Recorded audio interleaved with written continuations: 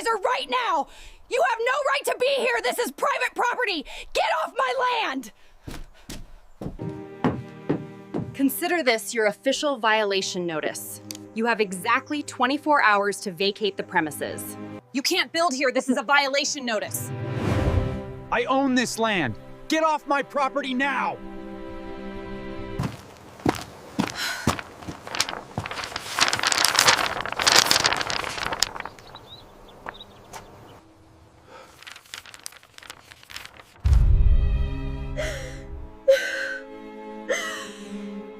My grandfather used to tell me that land isn't just dirt. He said land is the only thing in this world that lasts. He bought the valley back in the late 70s, long before the highway was expanded, and long before the city started creeping outward like a slow-moving infection. It was 400 acres of dense pine, rocky outcrops, and a silence so deep you could hear your own heartbeat. When he passed away, he didn't leave me a fortune in cash. He left me the valley. He left me the cabin he built with his own 2 hands. And he left me a specific instruction. Don't let them pave it, Jack. Keep it wild. For the first 10 years, keeping that promise was easy. I lived in the cabin, worked remotely as a software engineer, and enjoyed a life that most people only see on postcards. My nearest neighbor was 3 miles away. The only traffic I dealt with was a herd of elk crossing the Date Road in the morning. I had a well for water, solar for power, and a satellite for internet. I was off the grid, but I was comfortable. I felt like a king in my own private kingdom. But you can't stop progress, and you certainly can't stop developers who smell money. It started with the noise. It was a low hum at first, distant bulldozers echoing off the valley walls. Then came the dust, clouds of red dirt drifting over the ridgeline. Within 6 months, the southern ridge, the one that used to be a beautiful wall of green fir trees, was shaved bald. It looked like a scar on the landscape. I watched from my porch with a sinking feeling in my gut. I knew what was coming. Suburbia.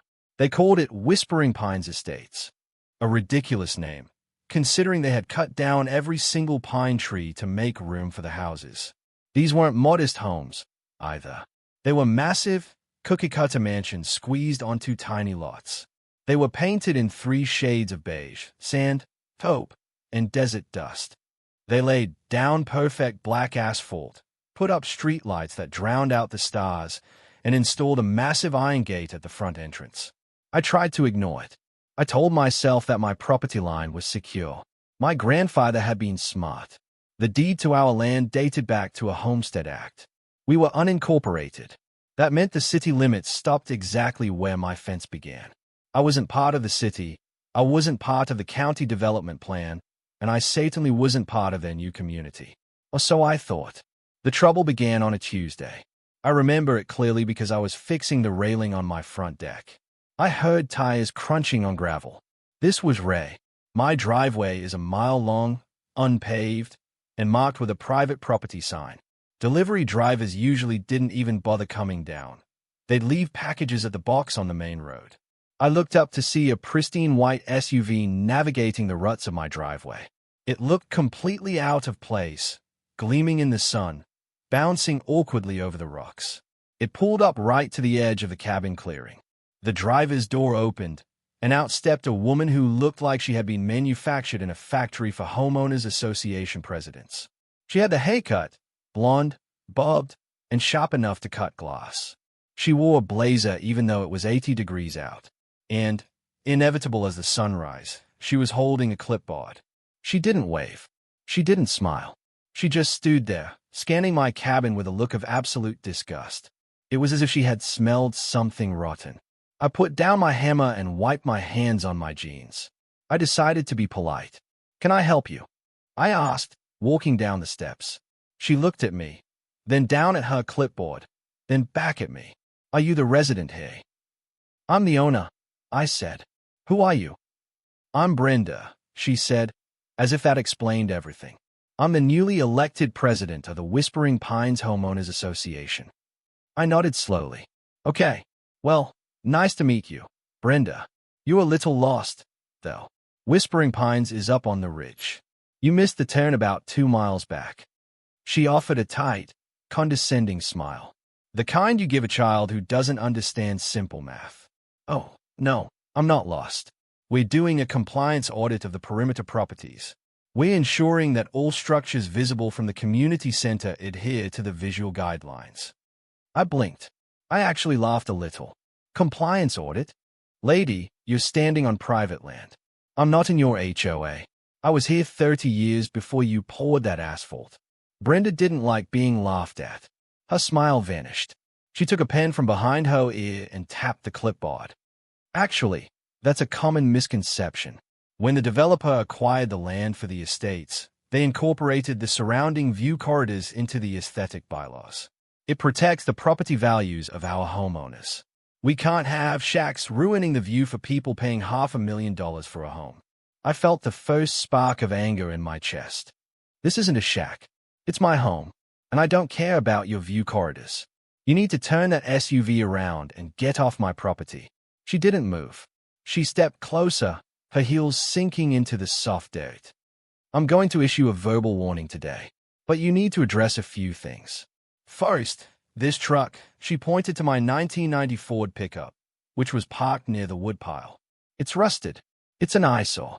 It needs to be garaged or removed. Second, the woodpile itself. It attracts vermin. It needs to be stored in a shed that matches the color palette of the community. Are you listening to me? I asked, my voice dropping an octave. I'm not in your HOA. Your rules do not apply here. This is private property, unincorporated. Now, leave. She sighed, dramatic and loud. She started writing on a pink slip of paper. I can see you're going to be difficult. That's fine. We have legal avenues for non-compliant residents. Refusal to cooperate usually results in daily fines. She ripped the pink slip off the pad and held it out to me. I didn't take it. I just stayed at her. Take it, she commanded. It's a citation for unauthorized vehicle storage and general blight. You have 14 days to rectify the issues or the fine increases to $500. I'm not taking that, I said. Then consider yourself served, she snapped. She dropped the pink slip onto the dirt at my feet. The clock is ticking, sir. We want to be good neighbors, but we will protect our investment. She turned around, got back into her white SUV, and reversed out of the clearing. I watched her go, the dust settling over the pink slip on the ground. I picked it up. It looked official. It had a logo, a citation number, and a lot of legal jargon in small print. It looked scary. If I didn't know better, I might have been intimidated. But I knew where my property lines were. I knew the law. I crumpled the paper into a ball and tossed it into the fire pit. I thought that was the end of it.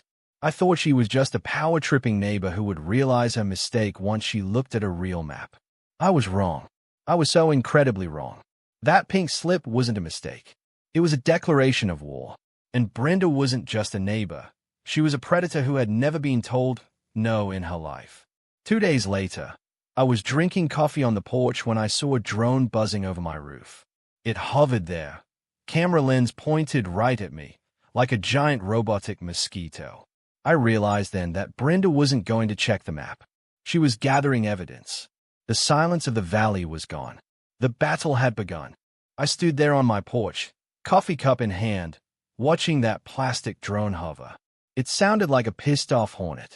It sat there in the air, maybe 50 feet up, the camera lens black and unblinking. It wasn't just passing through. It was loitering. It was watching me. I'm a patient man. You have to be patient to live out here. You wait for the snow to melt. You wait for the wood to dry. You wait for the dew to pass.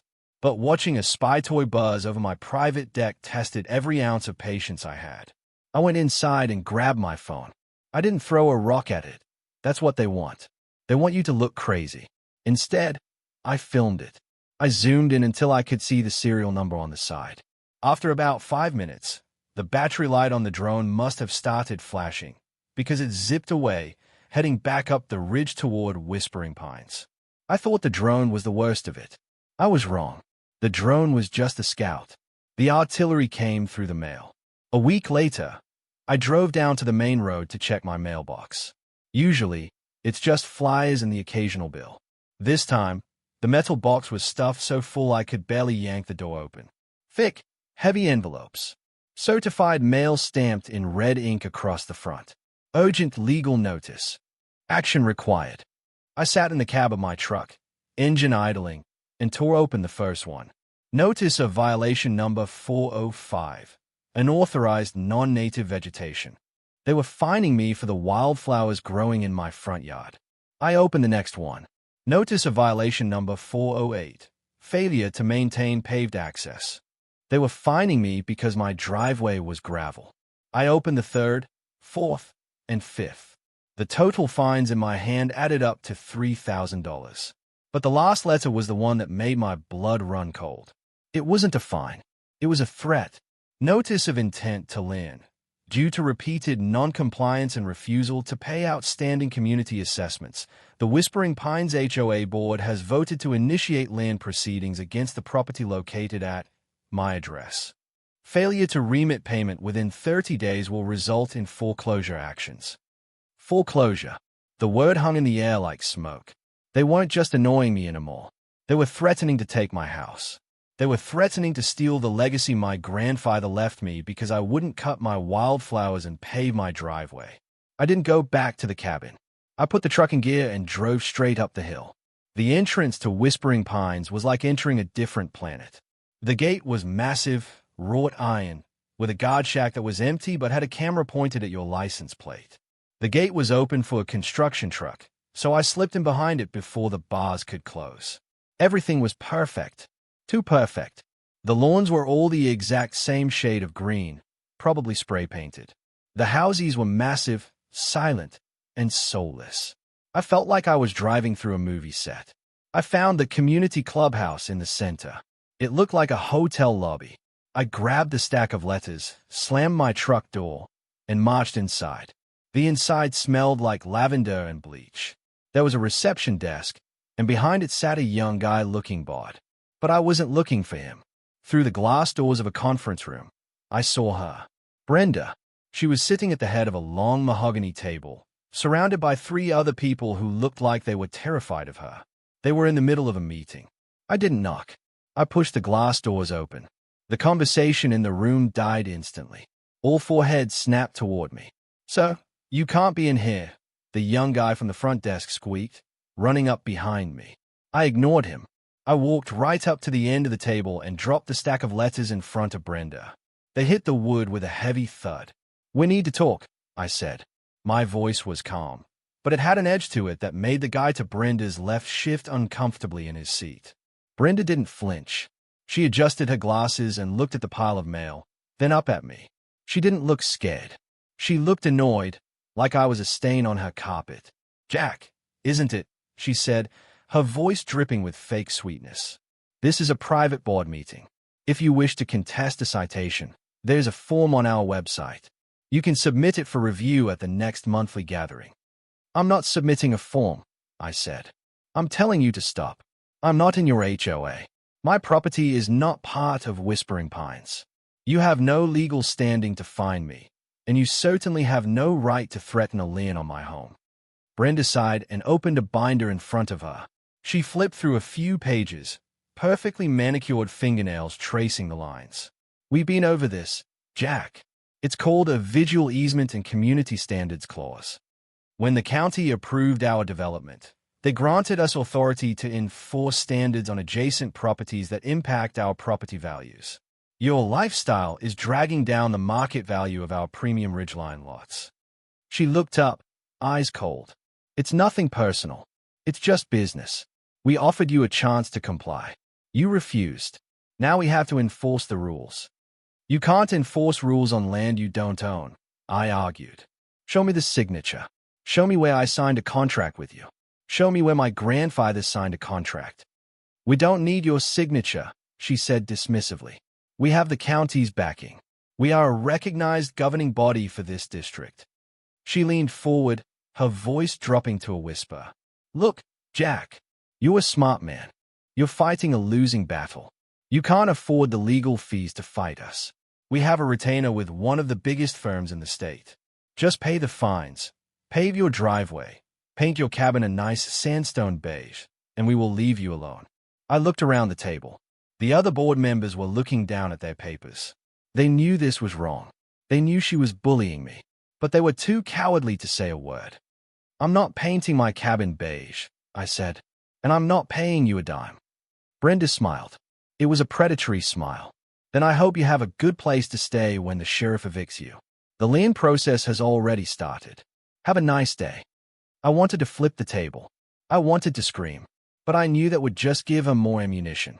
She wanted me to lose my temper. She wanted evidence that I was unstable. I took a deep breath. "You're making a mistake, Brenda. A big one." I turned and walked out. I drove home shaking with rage. I couldn't believe the arrogance.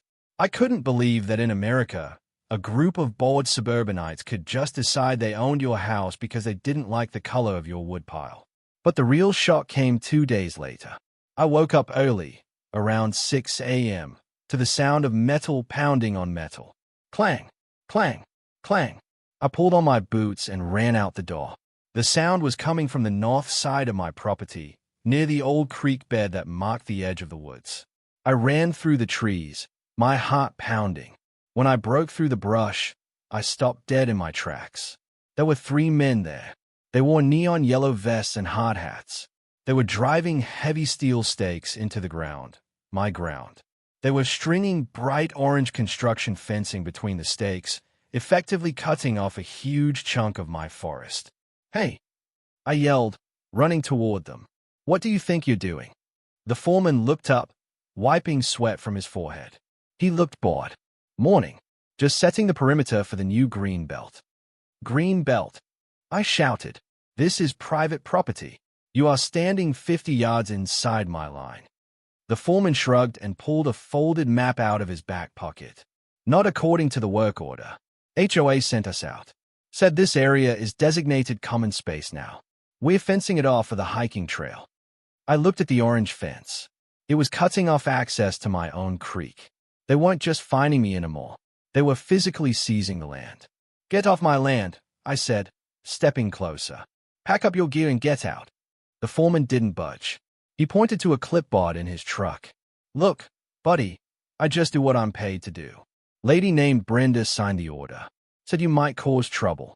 Said if you did, we should call the sheriff. He pulled his phone out of his pocket and held it up. "You want me to make the call, or you want to let us finish?" I looked at the phone. Then I looked at the stakes.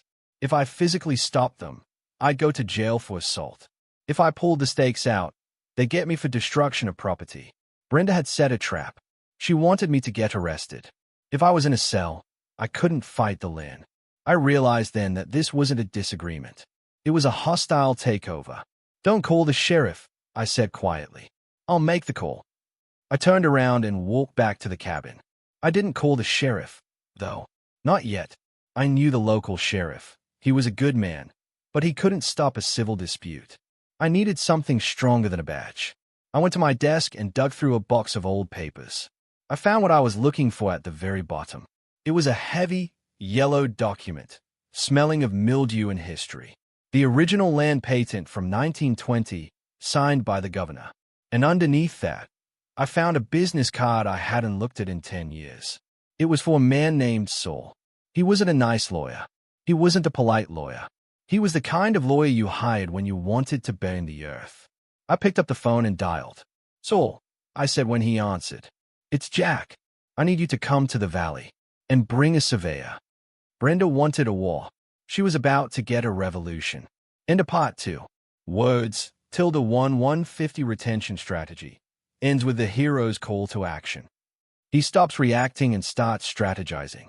The introduction of Saul promises a vicious counterattack in the next part. Advisor note, part 3 needs to be the trap. Jack shouldn't just sue immediately. He needs to let Brenda dig her grave deeper first. The surveyor scene is the pivotal moment. Saul wasn't the kind of lawyer who had billboards on the highway. You didn't find him in the phone book under personal injury. You found him through whispers. He was a short, angry man who wore rumpled suits and smelled faintly of cigar smoke and expensive cologne. He didn't care about justice in the poetic sense. He cared about winning. And he really hated homeowners associations. He arrived at my cabin in a dusty sedan 2 days after I called him.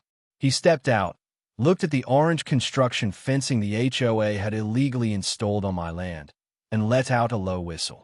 That, Saul said, pointing a stubby finger at the fence, is beautiful. I looked at him, confused. It's a disaster, Saul.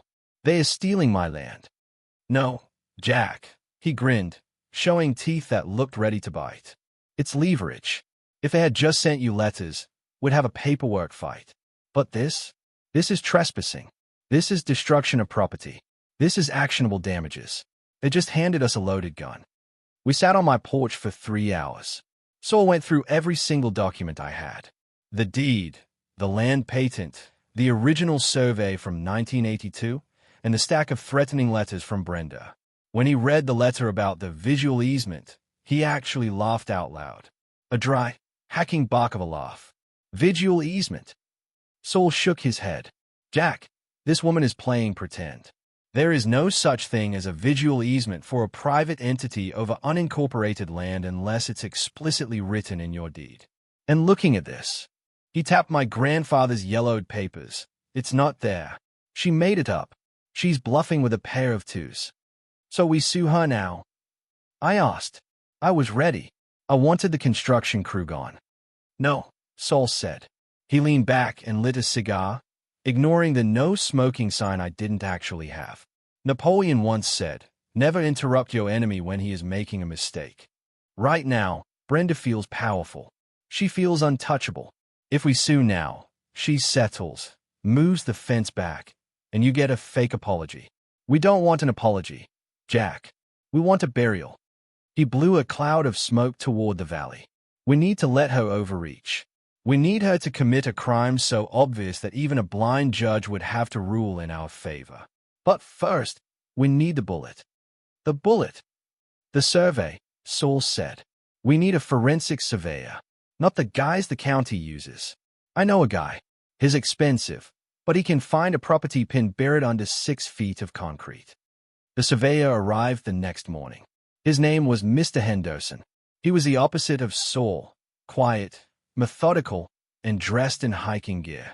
He carried equipment that looked like it belonged on a Mars rover. We spent the entire day walking the perimeter of the valley. Mr. Henderson didn't say much. He just set up his tripods, looked through his laser sights, and checked his GPS unit. He worked his way from the back of the valley all the way up to the ridge where the Whispering Pines houses loomed over us. I watched him work, my stomach in knots. What if I was wrong? What if the fence line had drifted over the years?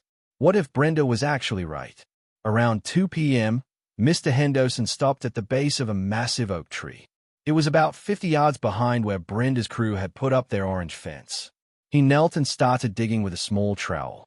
Saul and I walked over. What is it? I asked.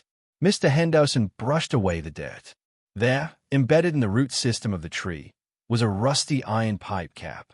It was stamped with a date, 1924.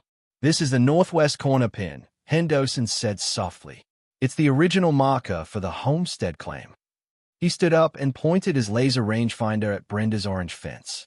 Then he pointed it at the nearest Whispering Pines mansion, a monstrosity with a 3-car garage that belonged, I later found out, to the HOA treasurer. Jack, Henderson said, looking at his datapad. You see that orange fence they put up? Yeah. That fence is 140 feet inside your property line.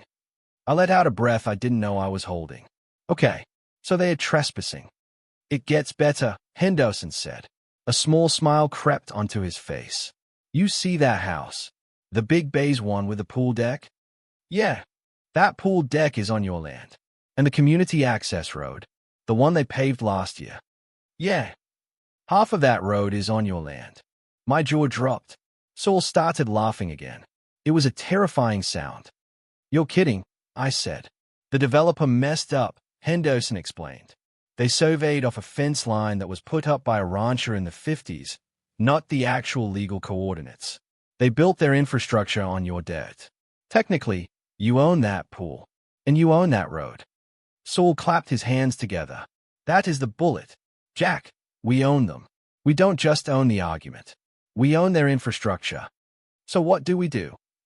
I asked. Now, Saul said, his eyes gleaming, We wait for the invitation. We didn't have to wait long. 2 days later, another letter arrived. But this wasn't a fine. It was a notice of abatement. Final notice, it read. Since you have refused to remove the unauthorized structures, woodpile, fencing, non-compliant shed, and have refused to pay the accrued fines of $6,500, the HOA has authorized a remediation team to enter the property and bring it into compliance. This action will take place on Friday at 9 a.m. Law enforcement has been notified to ensure the safety of our crew. She was going to bulldoze my shed. I called Saul. They're coming on Friday. They are bringing a crew to tear down my shed. Perfect, Saul said. Let them come. Let them bring the sheriff. In fact, I hope the sheriff is there. It makes the police report so much easier to write. I'm supposed to just stand there. I asked. I'm supposed to watch them destroy my property. No, Saul said. You're going to stand there with the survey map. You're going to stand there with Mr. Henderson. And I'm going to stand there with a camera.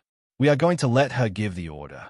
Once she gives the order to destroy your property in front of a police officer, she commits a felony. Friday morning dawned cold and gray. The valley was quiet, but the tension was thick enough to choke on. At 8:45 a.m., the cavalcade arrived. It was like a parade of entitlement. First came the white SUV. Brenda stepped out, looking like a general inspecting the troops. She had a clipboard, a hard hat that looked brand new, and a smug look that made my hands shake. Behind her came a flatbed truck carrying a small bulldozer, and behind that came a sheriff's cruiser. I stood on my porch. Saul was sitting in a lawn chair in the shadows, sipping coffee, his phone recording. Mr. Henderson was standing by the oak tree, his arms crossed. Brenda marched up to the edge of the clearing, right up to the orange fence her crew had installed. The sheriff got out of his car and walked over, looking tired. He was a good guy, Sheriff Miller. He'd been dealing with Brenda's complaints for months. Jack, Sheriff Miller called out. Look, let's just keep this civil. The HOA has a court order for abatement. They're just going to remove the shed and the debris. Don't make this a criminal matter. I walked down the steps. I didn't look at the sheriff. I looked at Brenda. Brenda, I said loudly, I'm giving you one last chance. Turn that bulldozer around. If you cross that line, you are trespassing. Brenda laughed. She actually laughed. She turned to the sheriff. Officer, note his refusal to cooperate. He is obstructing a legal abatement. She turned to the bulldozer operator. Proceed. Tear that shed down, and take the fence with it. The bulldozer engine roared to life. Diesel smoke puffed into the air. The tracks clanked as it began to roll forward, crossing the orange line, crushing the wildflowers I had refused to cut. I looked at Saul. He nodded. The trap was sprung. Sheriff! I yelled. Stop that machine. The sheriff looked at me, annoyed. Jack, step back. No. I shouted. I am reporting a crime in progress. That woman is ordering the destruction of private property on land she does not own. And I have the proof. I signaled to Mr. Henderson. He stepped out from the tree line, holding a massive rolled-up map like a bazooka. The bulldozer was 5 feet from my shed. Brenda was smiling. She thought she had one. She had no idea she had just driven straight off a cliff. The voice didn't come from me. It came from Mr. Henderson. For a guy who had spent the last 24 hours speaking in whispers, he had a set of lungs on him. He didn't just yell, he barked it like a drill sergeant. The bulldozer operator slammed on the brakes. The machine jerked to a halt, the heavy steel blade hovering just inches from the corner of my woodshed. The engine idled down to a rumble, leaving a ringing silence in the clearing. Brenda spun around, her face twisting from smug satisfaction to pure outrage. Excuse me? Who do you think you are? Driver, ignore him. I'm the president of this board, and I gave you an order. And I am a licensed state surveyor, Henderson said, walking forward. He held the rolled-up map like a weapon. And if that blade touches one splinter of wood on this structure, you and this operator will be liable for felony destruction of property. Brenda scoffed. She turned to Sheriff Miller. Officer, arrest this man. He is interfering with a legal abatement. Sheriff Miller looked tired. He looked like he wanted to be anywhere else on earth. But he also knew the law. He held up a hand to stop Brenda. Hold on. If he's a surveyor, let's hear what he has to say. Miller walked over to Henderson. You got paperwork to back that up, son. Better, Henderson said. He walked over to the hood of the sheriff's cruiser and unrolled the massive sheet of paper. It was heavy, bonded paper, covered in complex lines, GPS coordinates, and official stamps. This is a forensic boundary survey completed yesterday. It references the original 1920 land patent and the County Geographic Information System benchmarks. I walked over. Saul finally stood up from his lawn chair, phone still recording, and strolled over to join the huddle. Brenda stood back for a second, then marched over, trying to shoulder her way in. That's nonsense, Brenda snapped. Our development map clearly shows. Quiet, the sheriff said. His voice wasn't polite anymore. He was looking at the map. He traced a thick red line with his finger. This is the existing fence line, Henderson explained, pointing to the orange plastic mesh the HOA had installed. This is where the lady believes her jurisdiction ends. Right, Brenda said. Exactly. And this, Henderson said, tapping a solid blue line significantly further up the hill, is the actual legal property boundary according to the deed. The sheriff looked at the blue line. Then he looked up the hill. Then he looked back at the map. Wait a minute, the sheriff said. He frowned. If this blue line is accurate, that means... It means, Henderson said, his voice cold and precise, that Mrs. Brenda is currently standing 150 feet inside Jack's property. It means the green belt she's trying to enforce doesn't exist. It means the woodshed she's trying to bulldoze is sitting safely in the middle of Jack's land. The color drained from Brenda's face. It wasn't a slow fade. It was instant. She looked like she had been slapped. That's a fake, she stammered. My map, the developer's map. The developer's map was based on a livestock fence from the 50s. Henderson cut her off. It was never legally surveyed. This is the first certified survey in 40 years. Sheriff Miller straightened up. He took his hat off and rubbed his forehead. He looked at the bulldozer operator. Turn it off, Miller said. Kill the engine. Now. The operator didn't hesitate. The engine died. The silence rushed back into the valley. Mrs. Brenda, the sheriff said, turning to her. You need to step back. You are currently trespassing. I am not, she shrieked. Her composure was gone. She was flailing now. I represent the association. We have rights. We have an easement. You have nothing, Saul spoke up for the first time. He stepped into the circle, grinning like a shark who just smelled blood. Sheriff, my client has been harassed, fined, and threatened with foreclosure based on a fraudulent claim of ownership. And today, this woman attempted to use your department to facilitate the destruction of private property. I'd say that crosses the line from civil dispute to criminal mischief, wouldn't you? Brenda pointed a shaking finger at me. He tricked us. He moved the markers. I didn't move anything, Brenda, I said softly. I just read the deed. Something you never bothered to do. Brenda looked around wildly. She looked at the construction crew, who were already packing up their tools. She looked at the sheriff, who was writing something in his notebook. She realized she was losing control, and for a control freak like Brenda, that was worse than death.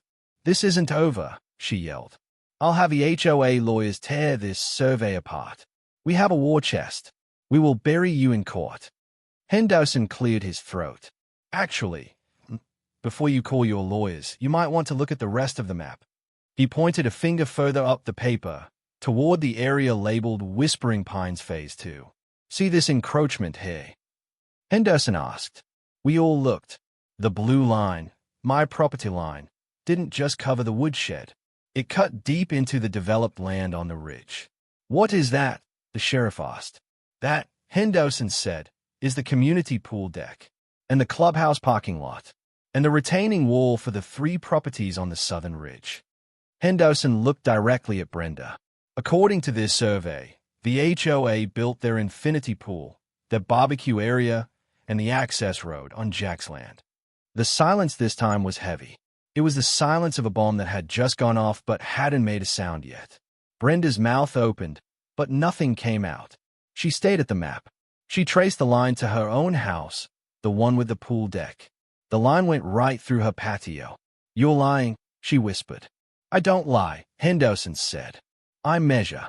And I measured that your pool is 12 feet over the property line. Technically, Jack owns the deep end." Saul chuckled. It was a dark, dry sound. "Well, Jack, it looks like you have some decisions to make. You could evict them. You could demand they remove the encroachments. I imagine tearing up a concrete pool and a paved road is expensive." "Millions," Henderson added helpfully. "Plus the environmental fines for unpermitted grading on private land." I looked at Brenda. She looked like she was going to vomit. She wasn't the powerful president anymore. She was a woman realizing that she hadn't just lost a battle. She had lost the entire war. She had picked a fight with a man she thought was a peasant, only to find out he owned the castle she was living in. Sheriff Miller looked at the map, then at Brenda. He put his notebook away. Miller said, "I suggest you take your crew and leave. Immediately. If you set foot on this man's land again, and I mean the real land, all the way up to that pool deck, I will arrest you for trespassing. Do you understand?" Brenda didn't say a word. She turned around, stiff as a board, and walked back to her white SUV. She got in and slammed the door. The construction crew was already gone. The bulldozer was being loaded back onto the truck. I watched them leave. I watched the dust settle. Saul walked up next to me and clapped a hand on my shoulder. "You know, Jack, I think we should sue." "For what?" I asked, watching the white SUV disappear up the ridge. "Everything," Saul said. "Harassment, slander, emotional distress, abuse of process, and, of course, rent. They've been using your land for a pool for 2 years. I think they owe you back rent. Don't you?" I smiled. For the first time in months, the tightness in my chest was gone. "Yeah," I said. "I think they do." But Brenda wasn't done. She had one last move. She was going to try to fire the lawyers. She was going to try to bury the survey. She didn't realize that by the time she got back, the email Saul sent didn't just cause a stay. It caused a riot. He had titled the subject line, "Urgent, Title Defect and Legal Liability Notice, Whispering Pines Phase 2. Inside, he attached the PDF of Henderson's survey, highlighting exactly which parts of the community amenities were sitting on my land. He also included a brief, terrifying note explaining that since the community pool and access road were built on private property without an easement, the true owner, me, had the legal right to fence them off immediately. Imagine waking up on a Saturday morning to find out your infinity pool might get turned into a cow pasture. By Monday morning, the phone at the HOA office wasn't ringing. It was melting. Neighbors were demanding answers.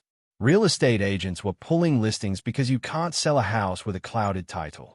The property values didn't just dip, they plummeted. Brenda tried to spin it.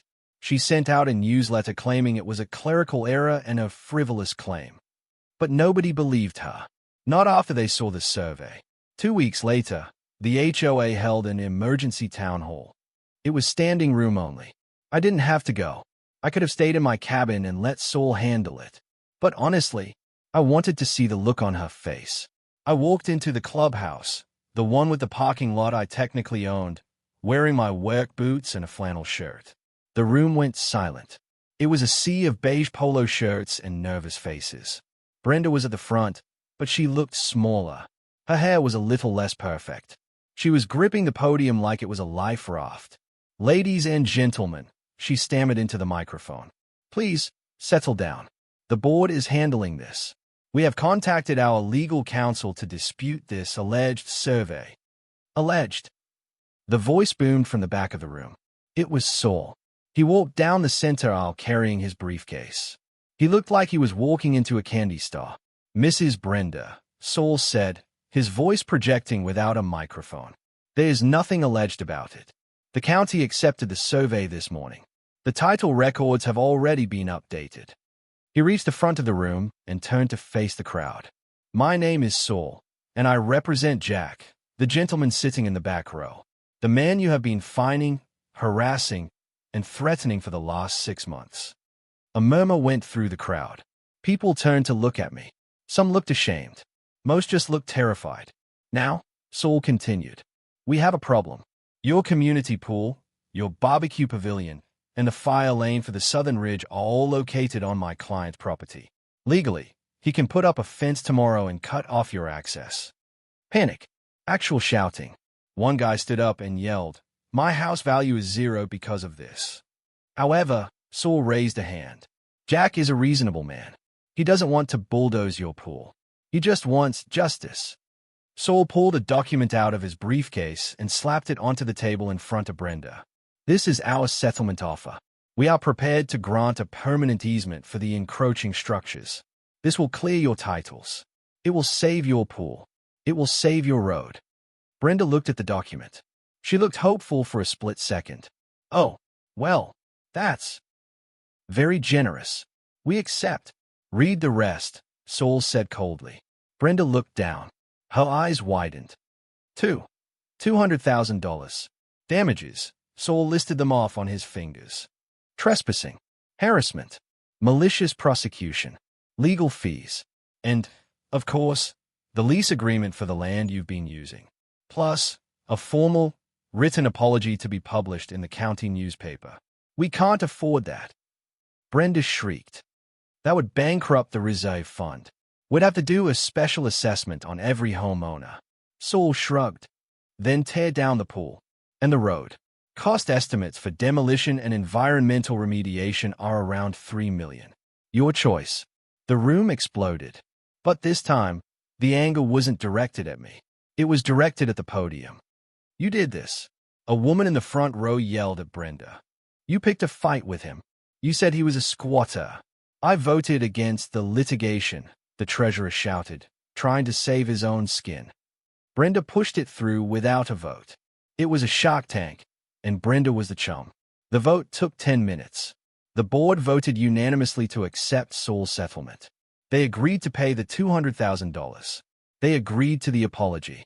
But there was one condition the crowd demanded before they adjourned. "Motion to remove the president effective immediately," the treasurer said. "Seconded," yelled half the room. Brenda was fired on the spot. She tried to argue, but the crowd booed her down. She gathered her things, her useless clipboard, and walked out the side door. She didn't look at me. The check cleared 3 days later. I used the money to pay off the mortgage on the cabin. I bought a new truck, not because Brenda told me to, but because the old Ford finally died. I fixed up the woodshed. I planted new wildflowers where the bulldozer had torn up the earth. And the best part, Brenda didn't just lose her job. She lost her status. In a community like Whispering Pines, reputation is everything. She was the pariah, the woman who almost bankrupted the neighborhood because she couldn't mind her own business. About 2 months after the settlement, I saw a moving van in front of her house, the one with the pool deck that sat on my land. I was fixing a fence post when I saw her car pulling out for the last time.